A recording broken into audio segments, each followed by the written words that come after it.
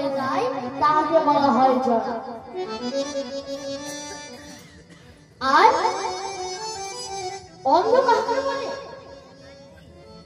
সেজন ব্যক্তি কেউ নাই, কিচ্ছু নাই, অন্ন নাই, বস্ত্র নাই, বাড়িও নাই, সমাজে লাঞ্ছিত বঞ্চিত, তাকে বলা হয় আতুর।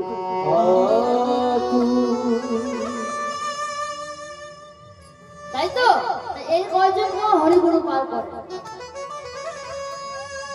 কি বলছে? হরি নামের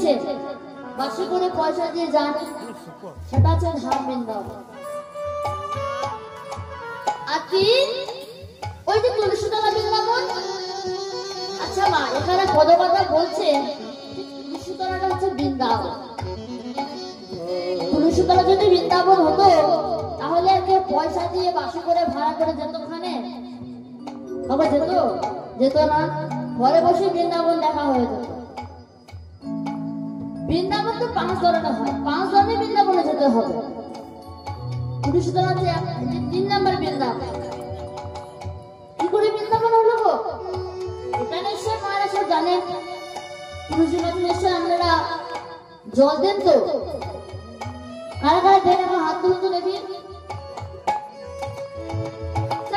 ওই মাঠে হাত তুলতে আর কিছু কাছে জল দেন না, লজ্জা করছে নাকি? লজ্জা করবেন না। এই হরিনামে যত কিছু মন খুলে সব কিছু বলা যায়, অন্য সময় বলা যায় না। কি মন্ত্র বলেন বলুন তো? আমি যেটা বলছি সেটাই বলেন। তুলসী তুলসী নারায়ণ, তুমি তুলসী বৃন্দাবন, তোমার শির ঢালি জল অন্তিম কালে দিয়েছে। তাই তো এই মন্ত্র নিশ্চয় বলেন আপনারা। তুলসী তুলসী নারায়ণ, তুমি তুলসী বৃন্দাবন, তাহলে আমাদের তুলসী তলাটা হচ্ছে বৃন্দাবন। আর চার চার হচ্ছে কি গো আমাদের হৃদয় মাঝে বৃন্দাবন। যারা বৃন্দাবন গিয়েছেন ওই যে মাটা বৃন্দাবনে যা যে সমস্ত জিনিস দেখেছিলেন সেগুলো যদি একবার দেখতে চান তাহলে কি করতে হবে গো? হৃদয়ের দিকে তাকিয়ে দেখতে হবে। তাহলে বৃন্দাবনে যে সমস্ত কথা রেখেছেন সে কথাগুলো কথা যাবতীয় যেমন সোনা তাল গাছ সেগুলো কিন্তু হৃদয়ের মাঝে দেখতে হবে। তাই আমরা বড় কথা বলছেন যে সাগরে আমার মন খুঁজ খুঁজ খুঁজ খুঁজলে পাবি হৃদয় মাঝে বৃন্দাবন। তাই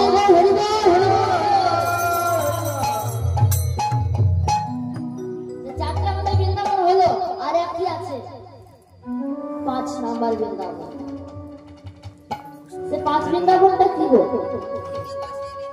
যেখানে যেখানে হয় নবনব ভক্তির আগমন, যেখানে যেখানে হয় হরিনাম সংকীর্তন, সেই স্থানটিকে বলা হয় মধুময় সুধাম বৃন্দাবন।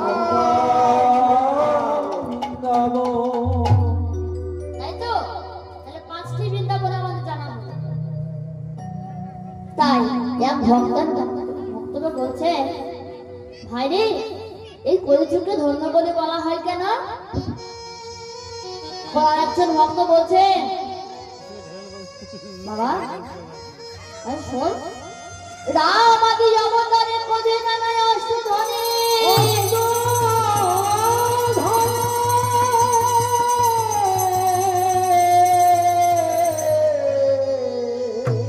রাবণ আদি করিল সংহার,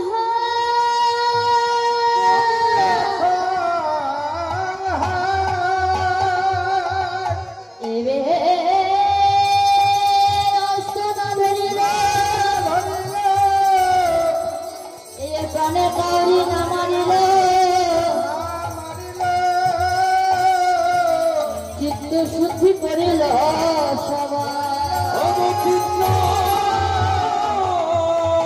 শুদ্ধ করিল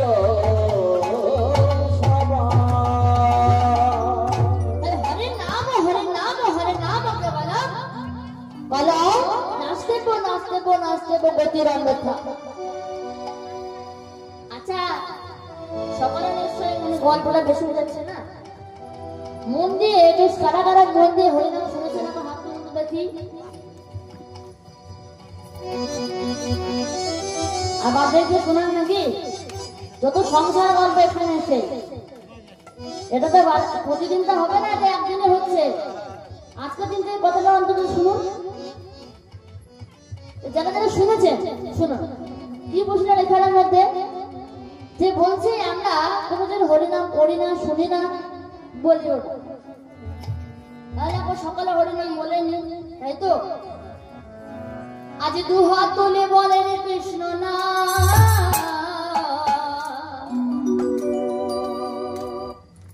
বেড়ে তোর সকল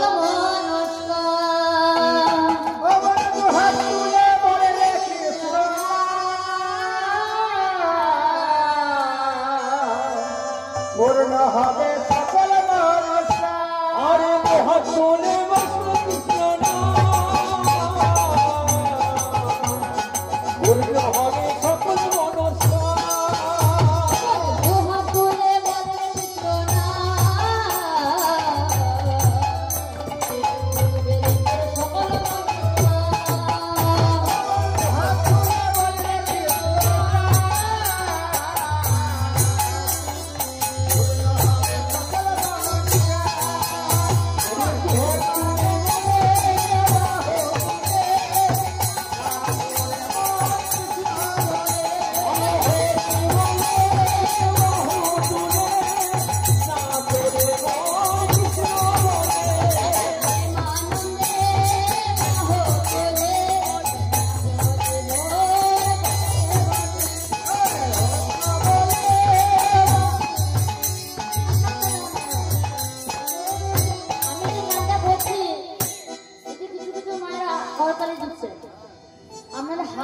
নাকি? বাড়িতে রেখে এসছেন না বন্ধুকে দিয়েছে? এই জন্মে হাতটা পরজনে দিচ্ছেন না, পরজন্মে কি হবে জানেন? পরজন্মে কিন্তু হাতটা দেবে, তাহলে কি হবে বুঝতে পারছেন তো? সকলে বলুন একবারে দু হাত তুলে বলে কৃষ্ণ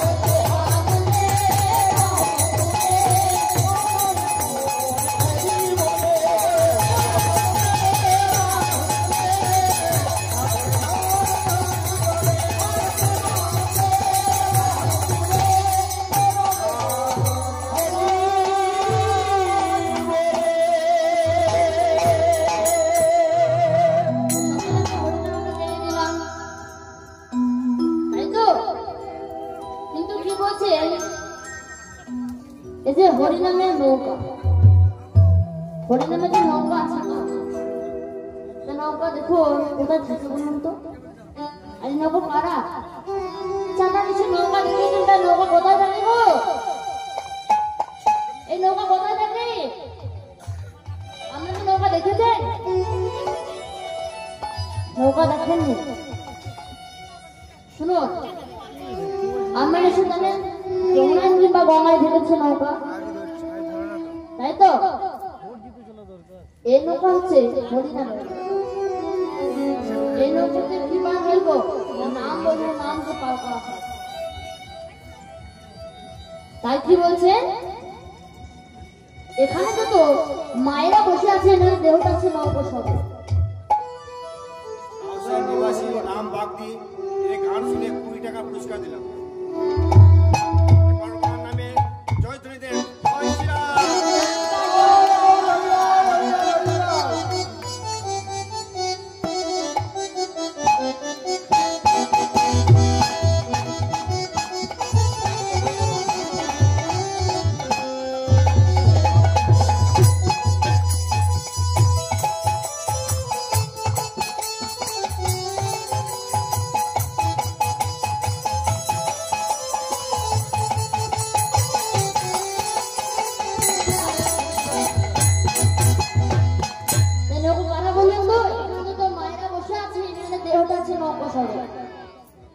আর নৌকা তো শুধু চলবে না, নৌকা তো ড্রাইভার, মানে কি বলা হয়? ড্রাইভার। এখনকার যুগে ড্রাইভার বলা হয়, আগেকার যুগে কান্ডারি বলা হতো, হয়তো?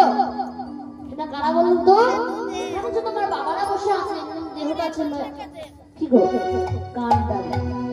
এরা নৌকাটা যে বাবা এপার থেকে ওপারে গিয়ে ওপার থেকে এপারে ফিরে আসতে পারে না, তাদের নাম কি? ধারা। আর যে বাবা এপার থেকে ওপারে গিয়ে ওপার থেকে এপারে ফিরে আসতে পারে, তাদের নাম হচ্ছে রাজ।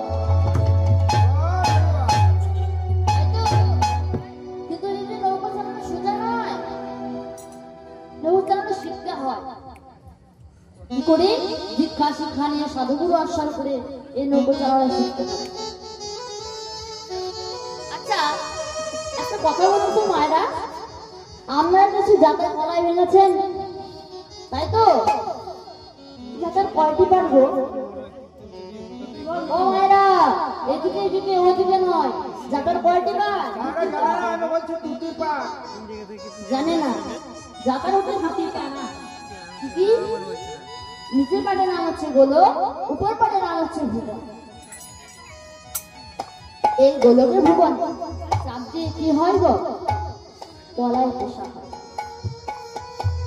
কিন্তু দেখুন, গোলকের উপরে এক মুষ্টি কলাই দিয়েছি, তারপরে ভুবনটা চাপিয়ে দিলাম, তারপর যে চাকাটা আমি ঘোরাই, তাহলে চাকাটা কি ঘুরবে গো?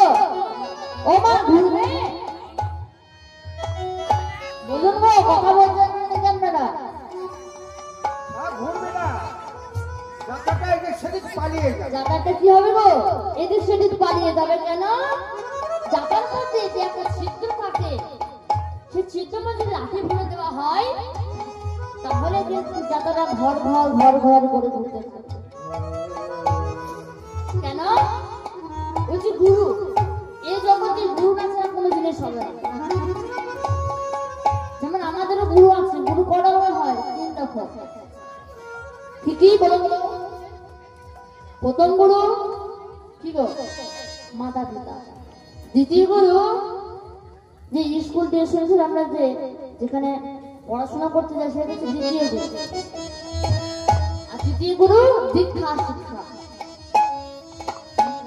তাকে বলা হয় তৃতীয় গুরু। গুরু না ছাড়া এই জগতে কিছু হবে না। তাই ওই যাতার গুরু আছে, তার গুরু নাম কি? তিলক পাচার। এবার আমি যদি যাতাটাকে ঘুরিয়ে দেবো কলাই ভরে, কিন্তু কলাইগুলো ভাঙবে, কিন্তু সব কলাইগুলো ভাঙবে না। কেন বলুন দেখি? সব কলাইগুলো ভাঙে না। যে কলাইগুলো যাতার গুরু 4 আঙুল দূরে থাকে, তারা কি হয়? তারা ময়দা হয়ে বেরিয়ে যাবে। ময়দা হয়ে বেরিয়ে যাবে, ময়দা হয়ে বেরিয়ে যাবে, ময়দা হয়ে বেরিয়ে যাবে।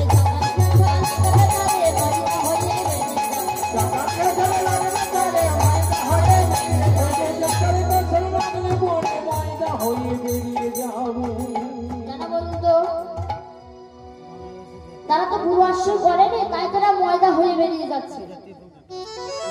আর যে কলাইগুলো যাতার গুরু 4 আঙুল কাছে থাকলে, তারা কি হয়?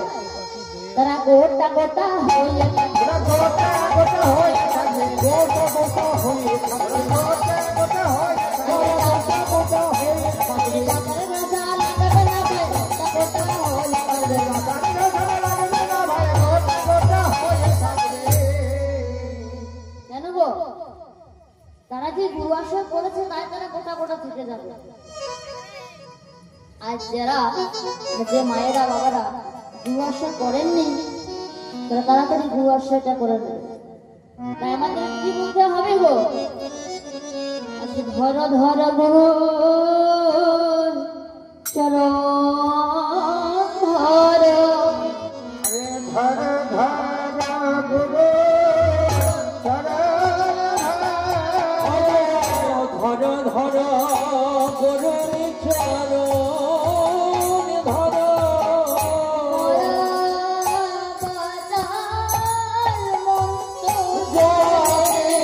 ধর ধর গুরু চরণ ধর।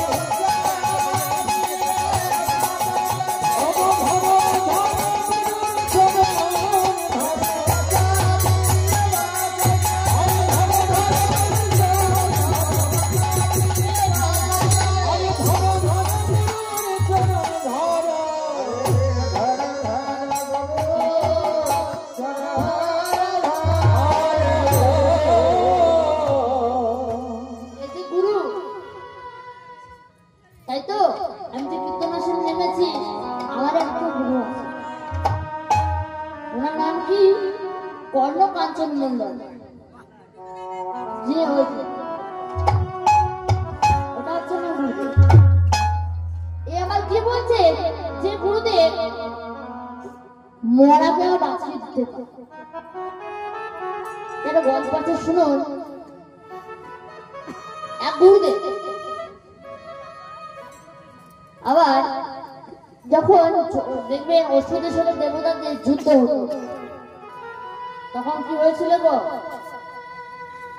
তখন এমনিতে দেবতারা কিন্তু অমর থাকে, আর অসুরা যে মারা যাচ্ছে সে কিন্তু এই গুরু শুক্রাচার্যদেব কি করছেন গো? তাদেরকে বাঁচিয়ে দিচ্ছে, তাই তো? তাদেরকে তখন সে গুরুদেব বাঁচিয়ে দিচ্ছে। এবার একদিন দেবতারা সভাতে বসে দেখছেন কি করা যায়। তাহলে আমাদের মধ্যে এখান থেকে কাউকে যেতে হবে, সে মন্ত্রটা শিখে আসতে হবে। তখন মন্ত্রটা শিখলে পরে গুরুদেবের মন্ত্রটা খাটবে না, এ বলে সে কিন্তু চলে গেল। কে গেলেন? দেবতাদের ছেলে কচ। তার নাম হচ্ছে কচ। সে গুরুদেবকে বলছে, বাবা বাবা গো, তোমার কাছে আমি গুরু শিক্ষা নিতে চাই, বেদ পাঠ করতে চাই। বেশ বাবা বস। বাবা কিন্তু যে বলেছে, আর কচ কিন্তু সেখানে গিয়ে চুপ করে বসেছে। এবার থাকে আগেকার যুগে গুরুদেবের কাছে পাঠদান করতে গেলে 5 বছর 6 বছর 10 বছর করে সেখানে থাকতে হতো। এবারে সে কিন্তু সেখানে রয়ে গেল।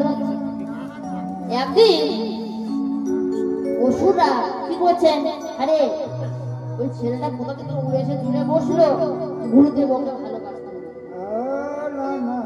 দেখো কেন বলো তো ওকে গুরুদেব ভালোবাসছে? ওকে যে মন্ত্র বা যে কোনো কাজ 3 থেকে 4 বার যখন বলছে সেটা কিন্তু শিখে নিচ্ছে। আর অসুর পুত্ররা 10-15 বার বলতে তবে তাহলে তো গুরুদেব তো তাকে ভালোবাসবেন। এই বলে সে কিন্তু সেখানে থাকে। অসুর পুত্ররা দেখছেন তাহলে ওকে মেরে ফেলে দেবে। গুরুদেব কি করবে? গুরুদেব পাঠ অধ্যয়ন করে একদিন। তারপরে সকালবেলায় কিন্তু সে কচ কি করলেন গো, লাঠিগুলো নিয়ে মাঠের দিকে চলাতে লাগলেন। তখন অসুর পুত্ররা মেরে এই তো সুযোগ, একে মেরে ফেলে দেব। গুরুদেব কি করে এই বলে কিন্তু অসুর পুত্ররা তাকে মেরে কিন্তু ফেলেছিল। সন্ধ্যেবেলায় সবাই কিন্তু সেখানে পাঠ অধ্যয়ন করতে বসেন। এমন সময় গুরুদেবের মেয়ে দেব যায়, বাবা ও বাবা আমার কচ কই গো? গুরুদেব এদের সাথে ডাকি, তাই তো কচ তো এখানে আসেনি। আরে তোরা তো জানিস সেখানে কচ কই রে? গুরুদেব জানি না। বেশ তারা দেখছে গুরুদেব ধ্যান করছেন, ধ্যান করে দেখে কচ মাটি মরে পড়ে আছে। তখন যে ধারে তোকে মেরেছি, না না গুরুদেব আমরা কিছু করিনি। বেশ তাহলে তাই হলো, দাঁড়া বাঁচিয়ে আনছি। গুরুদেব কিন্তু এখান থেকে কমণ্ডল থেকে জল নিয়ে মন্ত্রভূত পড়ে সেখানে মাটিতে ছিটিয়ে দিল। সঙ্গে সঙ্গে কচ বাবা বাবা বাবা করে চিৎকার করতে চলে। যে ছেলেকে বলছে রইলে তুমি কচি। বেশ আবার পাটা দান হয়।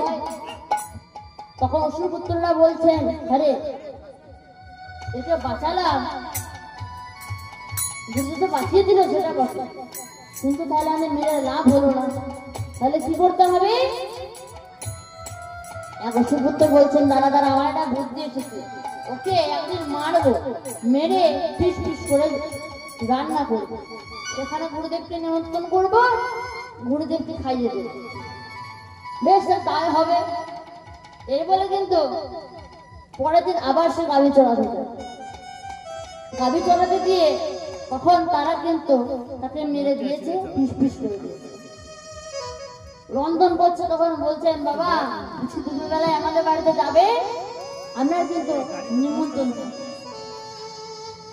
আপনি যাবেন, আপনাকে যাতে মদ এবং মাংস দেওয়া হবে। হ্যাঁ রে, পারবে না তোরা? হ্যাঁ যেও তো, তারপরে দেখা যাবে। বেশ যাবো তখন। গুরুদেব চলে গেছে, গুরুদেবকে 1 ঘন্টা মাংস এবং মদ নামিয়ে দিল। গুরুদেব কিন্তু একবারে পেট ভর্তি করে যাচাই খেয়ে নেয়, সব খেয়ে নেয়। বেশ তাহলে তোর সন্ধ্যেবেলায় যাস তাহলে পাঠদান করতে, আমি আসছি। বেশ বাবা বেশ। এদিকে গুরুদেবের পেটে কিন্তু সে কচ কিন্তু সন্ধ্যেবেলায় আবার যখন পাঠদান করতে বসে, আবার গুরুদেবের মেয়ে দেখতে বাবা, ও বাবা মা কচ করবো, প্রতিদিন কচ কচ কচ, আর বারবার তো খুঁজে দেখা। যে বলেছে গুরুদেব, গুরুদেবের বেশ তুমি যখন খুঁজে দিতে পারবে না তাহলে দেখো আমি এখানে মরবো। তখন গুরুদেব বলছিল তুই তো আমার একটাই মেয়ে, আর তো কেউ নাই, আমি দেখছি। এই বলে কিন্তু গুরুদেব কি করলেন, ধ্যান করে যাচ্ছে। তোরা এক কাজ করলি কেন? এই কিছু কিন্তু বলে না, মুখে মুখে হাসে, আর এদিক ওদিক খোঁচাচ্ছে, দেখ দেখ তোরা বাঁচাবে। বেশ তোরা যখন আমাকে এরকম করলি আমি দেখছি, তারা হাত দিয়ে বাঁচাতে পারবো না। দেখ এবার কিন্তু তারা কি করলেন গো, তারা বসে বসে খুব হাসে। আর এদিকে গুরুদেব কোমরের দিকে জল নিয়ে মন্ত্রপুত করে তার পেটে কিন্তু ছিটকে দিল। যে ছুটে দিয়েছে আর সেই কিন্তু পেটে কিন্তু কচ বেঁচে যাচ্ছে, মাংসগুলো সব চূড়া লেগে গেছে। কচ, হ্যাঁ বলো বাবা, তো কোথায় আছিস? বাবা কিছু দেখতে পাচ্ছি না, সবই তো অন্ধকার। শোন, তোমার পেটে আছিস, দাঁড়া আমি তো কোথায় মন্ত্রটা বলবো, সে মন্ত্রটা শিখবি। বেশ বাবা, বারবার যদি একটা মন্ত্রটা পড়া হয়, মন্ত্রটা শিখে যায়। বলছে বাবা শোন, এই মন্ত্রটা তখন বলি বল দেখি, আমাকে তো ওই পেটটা ফাটি বের হয়ে আসবি, তারপরে আমি যখন মারা যাবো তখন আমাকে এই মন্ত্রটা করে বাঁচাবি। বেশ বাবা তাহলে তাই।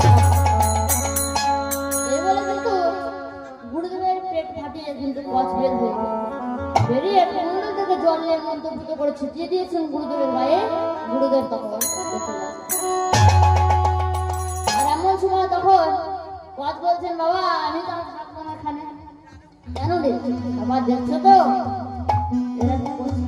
তাই করে। আর কিন্তু কচ কি করতে ছিল, এই মরা বাচ্চার মন্ত্রটা শিখতে এসেছিল।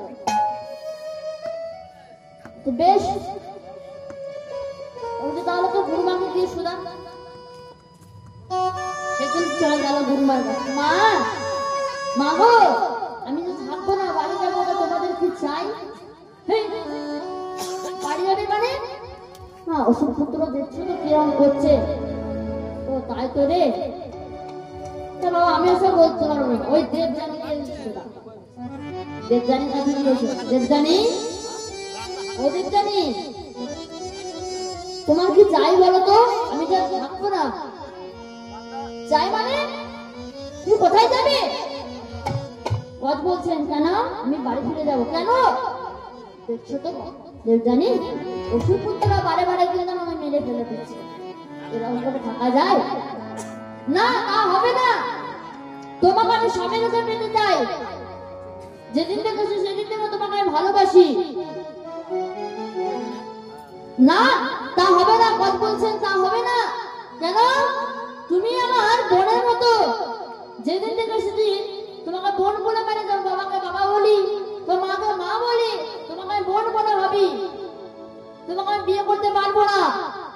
বেশ তুমি যদি আমাকে বিয়ে না করো তাহলে আমার বাবার কাছে যা তুমি শিখেছো সবই ব্যর্থ হবে। বেশ হবে, তোমাকে আমি বিয়ে করতে পারবো না। বেশ তুমি আমার বাবার কাছে যা শিখেছো সবই ব্যর্থ হোক। সব ক্ষেত্রে কিন্তু ব্যর্থ হয়ে গেল। বলছেন জানিয়ে কথা কাজটা তুমি ঠিক করলে না। বেশ আমি আসি। এবারে কিন্তু কত সেখান থেকে বেরিয়ে গেল। এই মরা বাচ্চা